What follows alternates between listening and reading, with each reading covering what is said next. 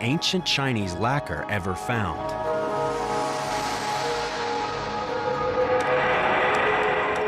Draped over her coffin was a beautiful silk banner, showing the dead Xin Zhui making the journey to heaven.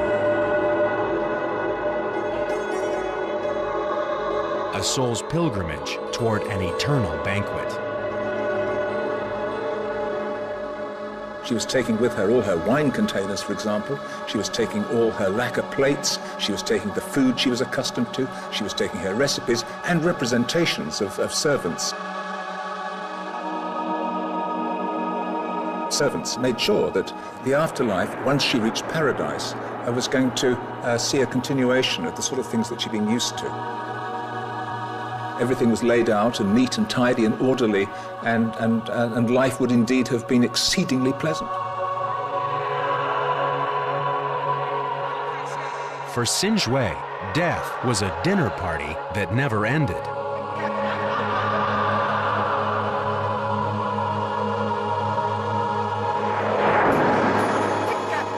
So was life.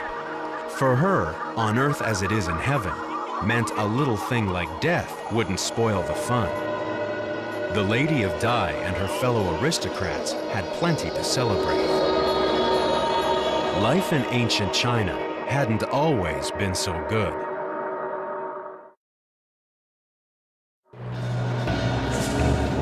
For centuries, China was a deadly battleground, as warring kingdoms tried again and again to conquer one another.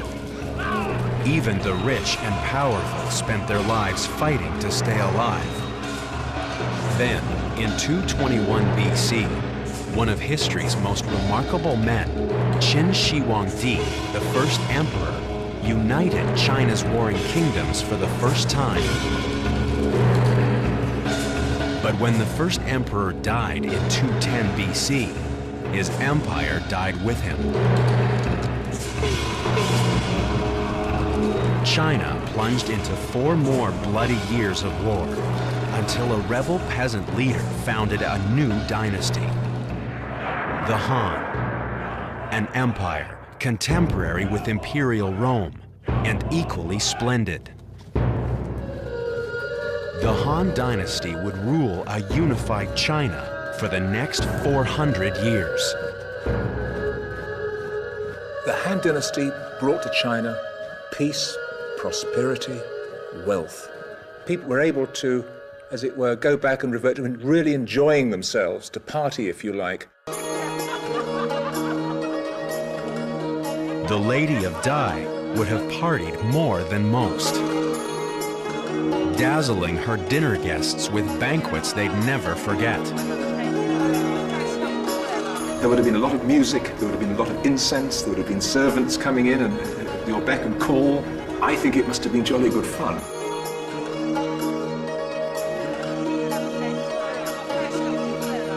But in the Han dynasty, living the good life was only the beginning.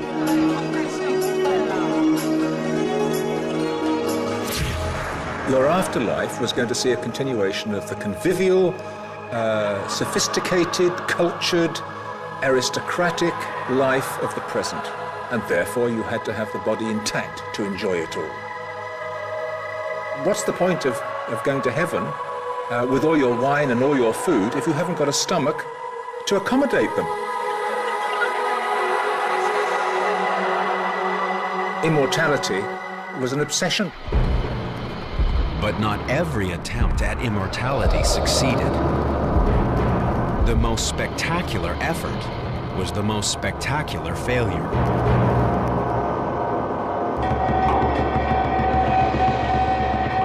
In 1968, soldiers digging a tunnel near the town of Manchang suddenly found themselves inside a 2,000-year-old man-made cavern. The magnificent tomb of a wealthy king named Lu Sheng.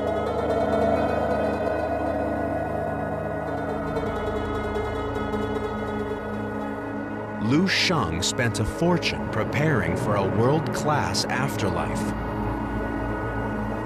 turning his burial chamber into a wine cellar.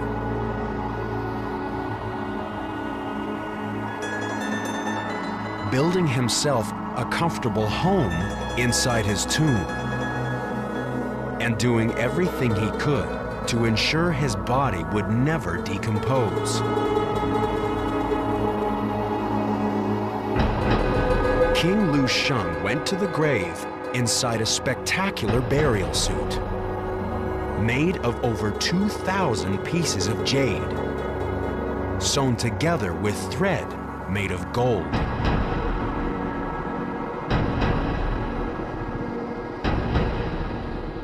It would have taken a single craftsman literally a decade or more to create one of those jade suits.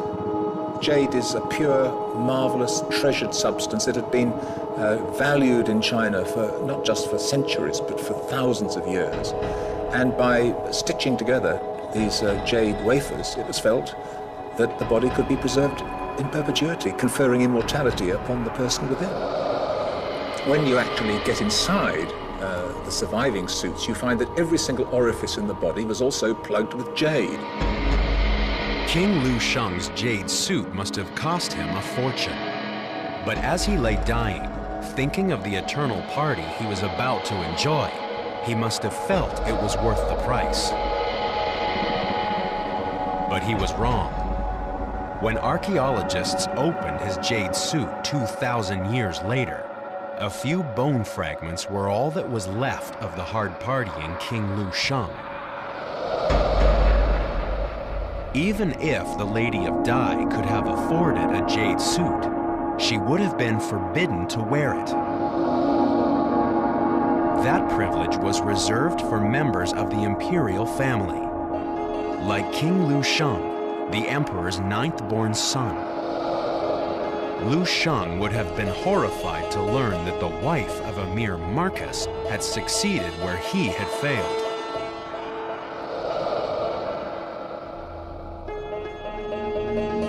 And in 1972, scientists were wondering the same thing. How did she do it?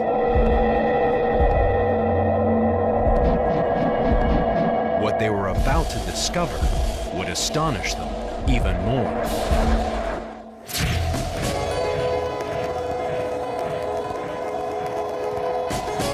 In 1972, Chinese pathologists autopsied the body of a woman named Xin Shui,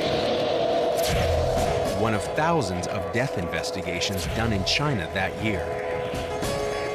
Except that most of those autopsies were conducted within a few days of death. And Xin Shui's body was over 2,000 years old.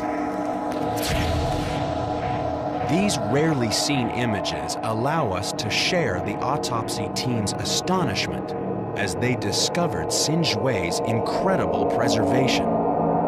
As they worked, they wondered, how could their ancient ancestors have achieved this mummification miracle? Decades later, scientists around the world are still wondering. If she'd only been buried a year, I would be amazed at how well preserved she was. But to think that, in fact, she's been buried for 2,000 years and is still in this condition, it's baffling.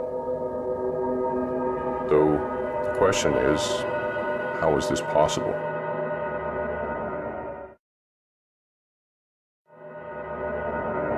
At first, one incredibly well-preserved 2,000-year-old body seemed to be a quirk of fate.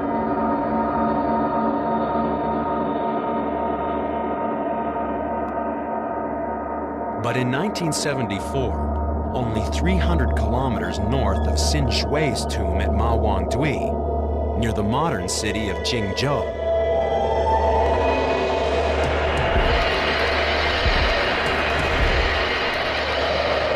Chinese archaeologists found another.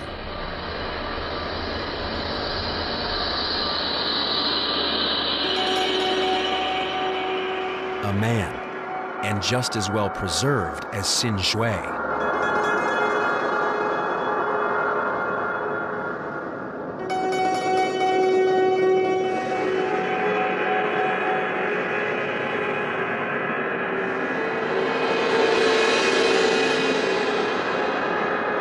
He had flexible limbs and soft organs like a fresh corpse.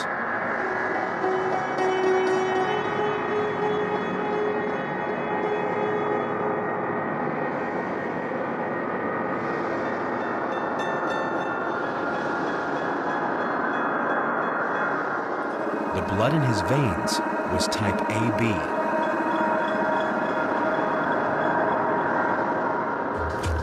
Pathologist Wu Zhongbi led the autopsy team.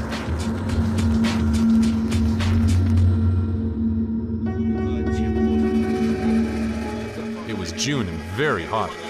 We put a lot of ice on the floor of the dissection room. I stood on the ice and worked non-stop for 8 hours. We never expected that our ancestors could preserve corpses so well. I felt ashamed because in our own time we couldn't achieve what they'd achieved 2,000 years ago. It was unbelievable.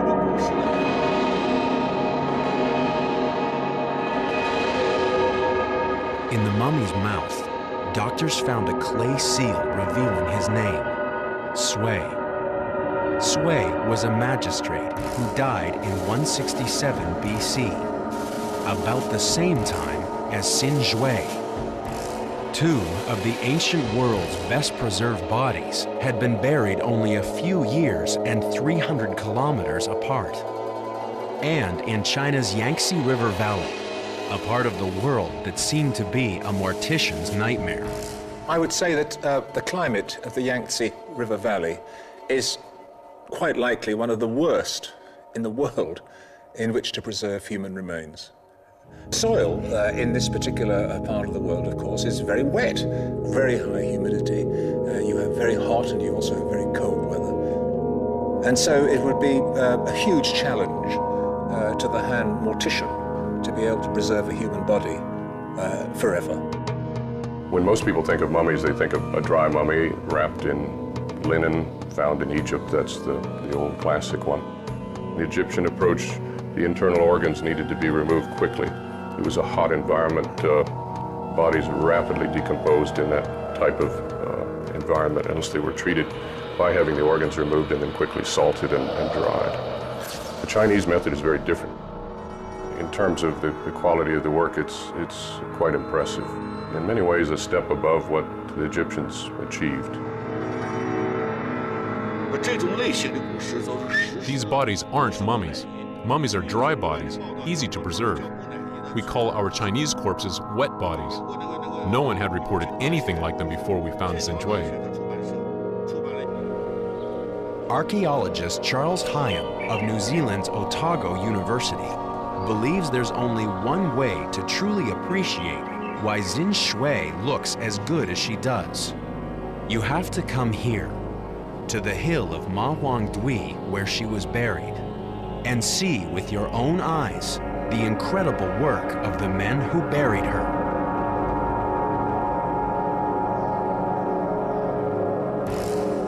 Xin Shui went to paradise inside one of the largest tombs ever dug, a massive inverted pyramid over 12 meters deep. Digging this super tomb must have taken years and cost a fortune. But Charles Hyam believes that if we can go inside the hill of Ma Huangdui, we can actually feel why Xin Shui's tomb builders buried her so far underground. This air raid shelter lies directly beneath the tomb of Xin Shui. And the first thing you notice when you come into it is how icy cold it is. It's a sort of natural refrigerator. Indeed, looking around me, I can see that the whole place is stacked with stored bananas. I suppose that they've kept them here to stop them from ripening too quickly. I think this is probably one reason why the Chinese builders of this tomb chose to dig it so deep. They knew that down there at this great depth, that the powers of preservation of this really very, very chilly atmosphere would do their work in perpetuity. But natural refrigeration wasn't the only thing Xin Shui's embalmers understood. This pattern pressed into her skin reveals another of their powerful defenses against decay.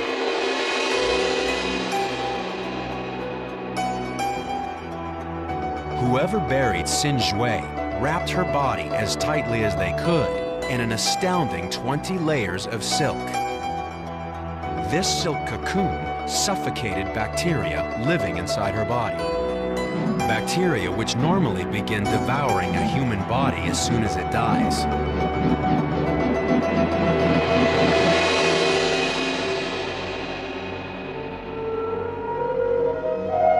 But even this wasn't enough for Xin Jue's master morticians. They placed her wrapped body in no fewer than 4 coffins, each designed to fit tightly inside one another, and each sealed with a thick coating of raw lacquer. Then, they encased these coffins inside a massive burial chamber, over 6 meters long, over 6 meters wide, and nearly 3 meters high. They surrounded the burial chamber with 5 tons of charcoal and a moisture-blocking layer of clay over 1 meter thick. Finally, they packed the tomb shaft tightly with soil and capped the top with a mound of earth some 15 meters high.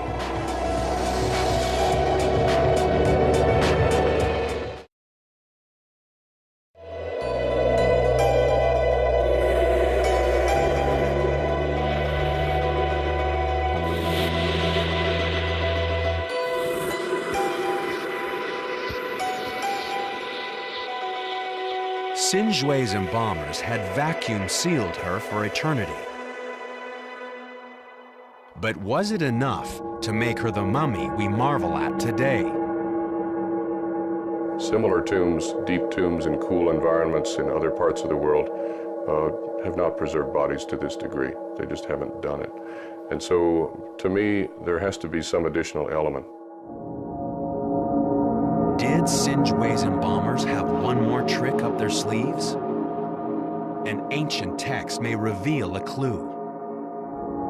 A text that gives detailed instructions for embalming the dead. It says that after washing a corpse, embalmers kept it cold and wrapped it in layers of clothing. It also says that after they placed the wrapped body in its coffin, the embalmers did one more thing before they closed the lid. They poured in a mysterious liquid. Could that liquid have played a decisive role in preserving bodies? Some think it's possible. Another astonishing find would deepen even further this deepest mystery of the Diva mummy. In the 1970s, Chinese scientists wondered at the lifelike corpses of the Lady Xin Jue and the Magistrate Sui, 2,000-year-old bodies from the Han Dynasty, buried deep in the earth inside air and watertight coffins.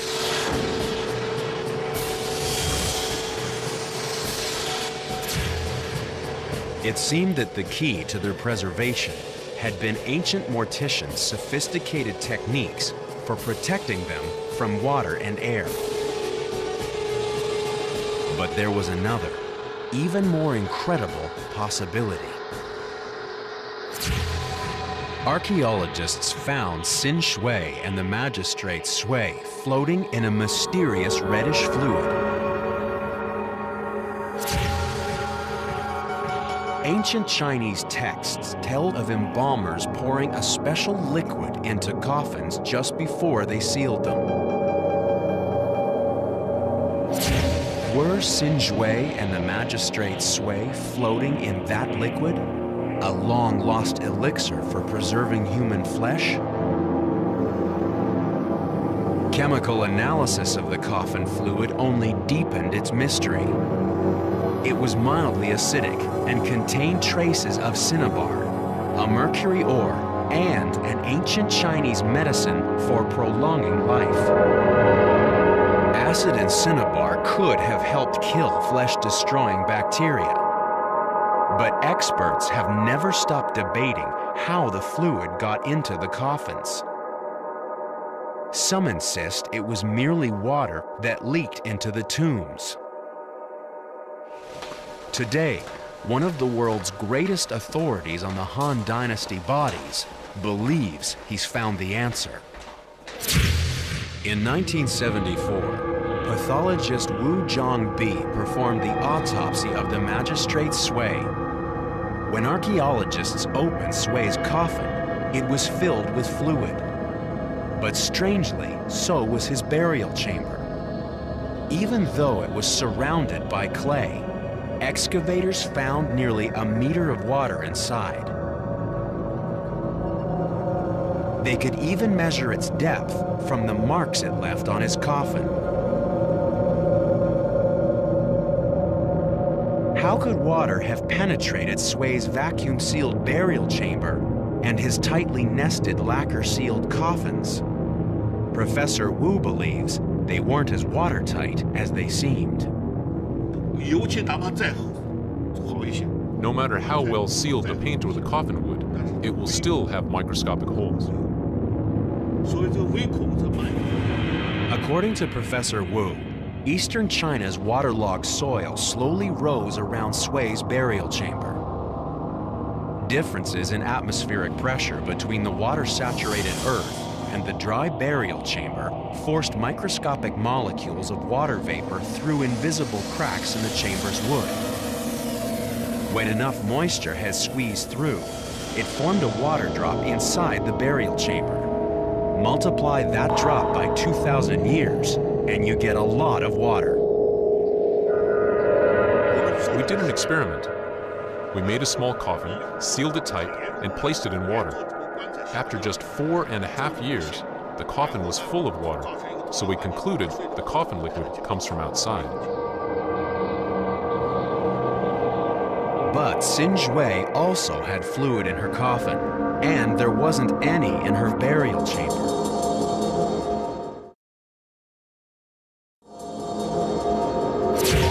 Since the 1970s, no one's been able to resolve the coffin fluid debate.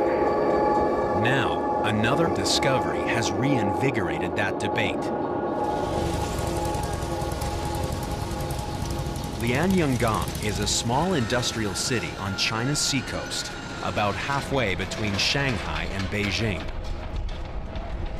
Like other Chinese cities, it's modernizing at lightning speed. In July 2002, local museum curator Zhou Jinping got a phone call from a road crew who'd uncovered a strange wooden box. We knew there were a lot of Han Dynasty tombs around here.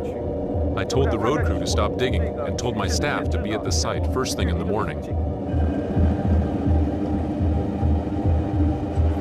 The next morning, a museum cameraman recorded these images, never before seen outside China, of the archaeologists at work.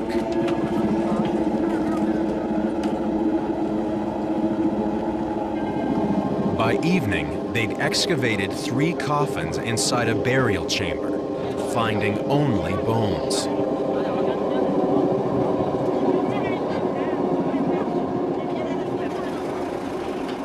They decided to transport a 4th coffin to the museum for safekeeping overnight.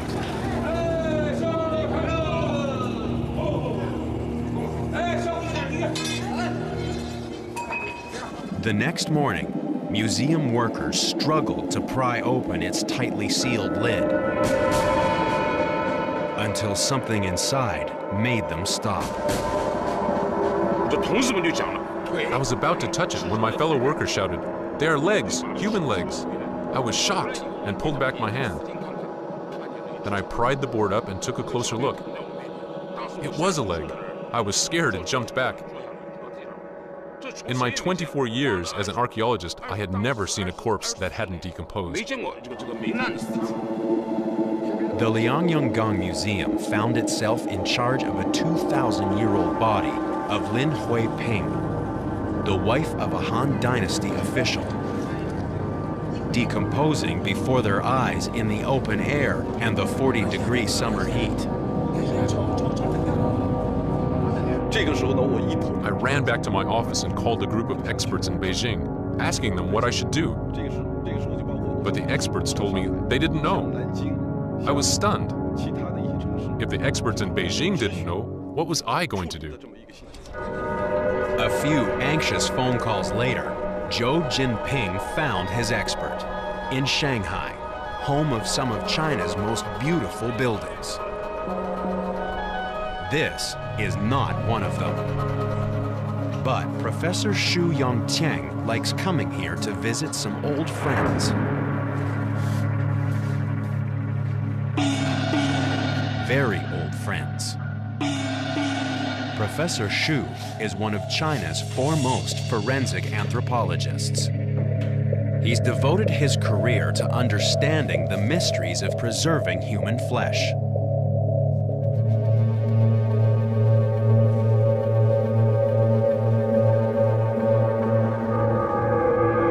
This is his masterpiece. Yan Fu-Sing, an army officer, martial arts expert, and practicing Buddhist.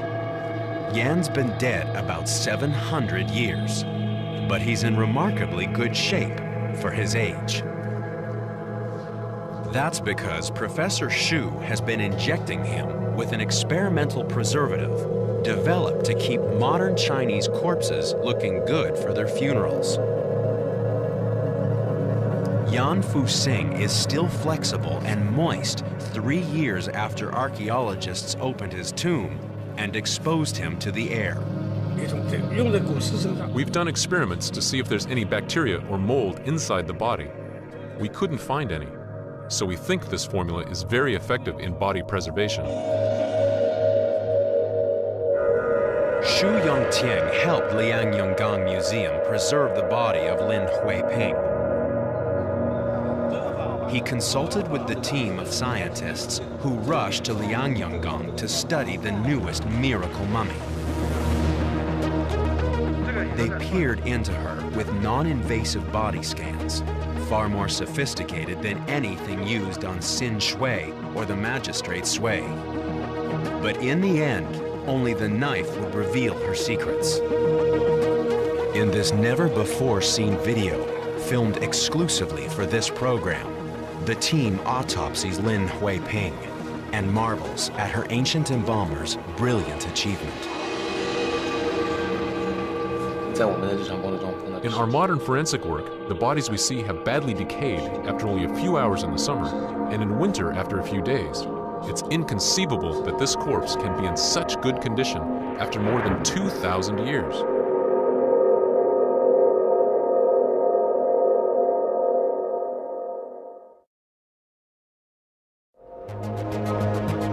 Today, scientists in the city of Nanjing are studying Lin Huiping, and they're interested in more than just her incredibly well-preserved body.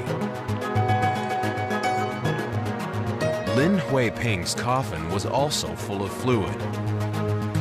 The Nanjing team is testing that fluid to see if it will yield any clues to the elixir mystery. The tests have revealed high levels of magnesium and salt. The salt could have been a preservative or just salty water leaking in from Liangyonggang's coastal soil. Perhaps further tests will tell. But for now, all anyone can do is choose sides in an ongoing debate. The coffin liquid isn't a formula for preservation, like the formulas we use today. In ancient times, there was no chemical method for preserving bodies. I would lean towards the idea that it was an elixir, something that someone very cleverly developed to preserve the body. Now, it's not such a strange idea because humans for thousands of years have been preserving food. To extend that idea logically to the preservation of a body, particularly whether it's a loved one or an elite figure who is of great importance to his or her people, it's not really a stretch for me. If liquid had seeped into the coffin, it would have brought in bacteria, which would have rotted the corpse. So I think when the corpse was buried, the liquid was already in the coffin. But even if we don't know why Xin Shui and her fellow mummies are so well preserved, the Lady of Dai has told us more than any other mummy about the life and death of an ancient human being. And it's been a revelation. China's diva mummy has overturned some of our most cherished beliefs about our distant ancestors. To forensic scientists, the Lady of Dai is like a time machine. Most ancient remains are so badly decomposed, they tell us little about the lives and deaths of the people they once were. But China's diva mummy can tell us almost as much as a fresh corpse.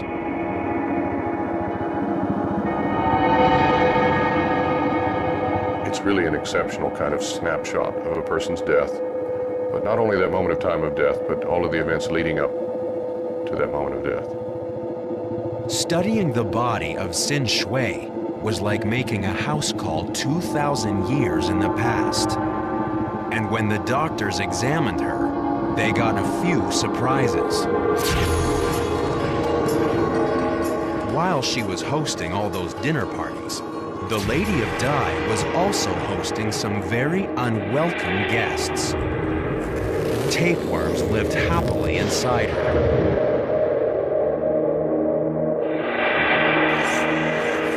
So did colonies of whipworms and other parasites.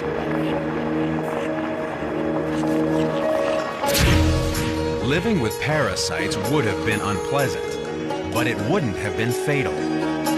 Something else killed the Lady of Dai. Something that rewrote medical history. Cardiologist Dr. Sung-Oh Chung has studied clues to Xin Shui's cause of death. The lady's funeral banner shows her using a cane to walk to heaven, even though she was only 50 years old when she died. 2,000 years later, X-rays revealed the answer. A fused disc in her lower spine. Her bad back also hints at why she was so overweight. Centuries before television, the Lady of Dai had been one of history's earliest couch potatoes. She gets weighted on and she doesn't have to do very much exercise. And that's probably why she gets fat.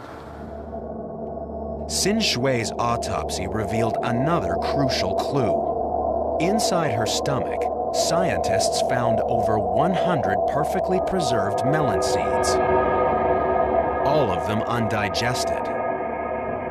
Her stomach hadn't had the hour it needed to break them down before she died.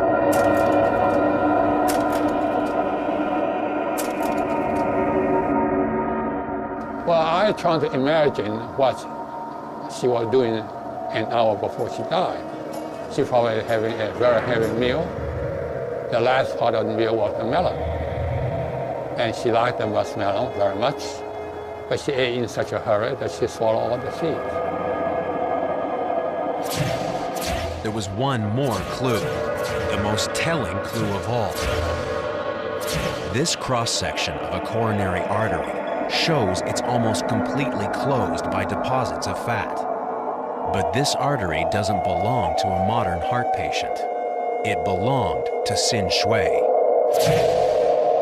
Xin Shui's fat-blocked artery astonished cardiologists, who believed that heart disease didn't exist in ancient times, and it allowed them to reconstruct the final moments of her life.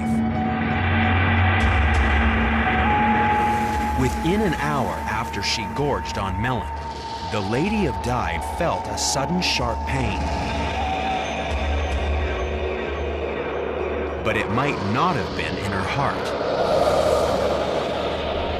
Xin Shui had gallstones, another affliction caused by eating too much fat.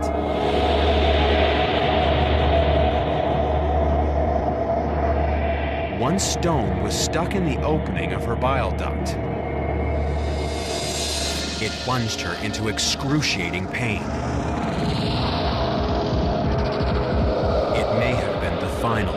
fatal blow to an already weakened heart.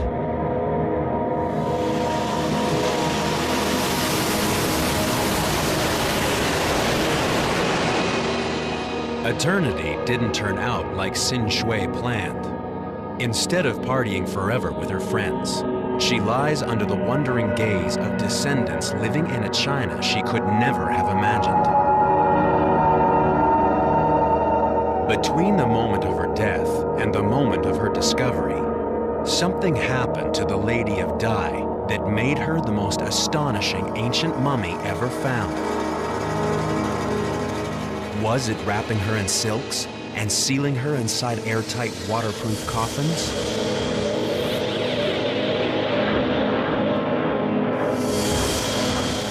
Was it laying her to rest inside a super tomb that kept out the forces of decay?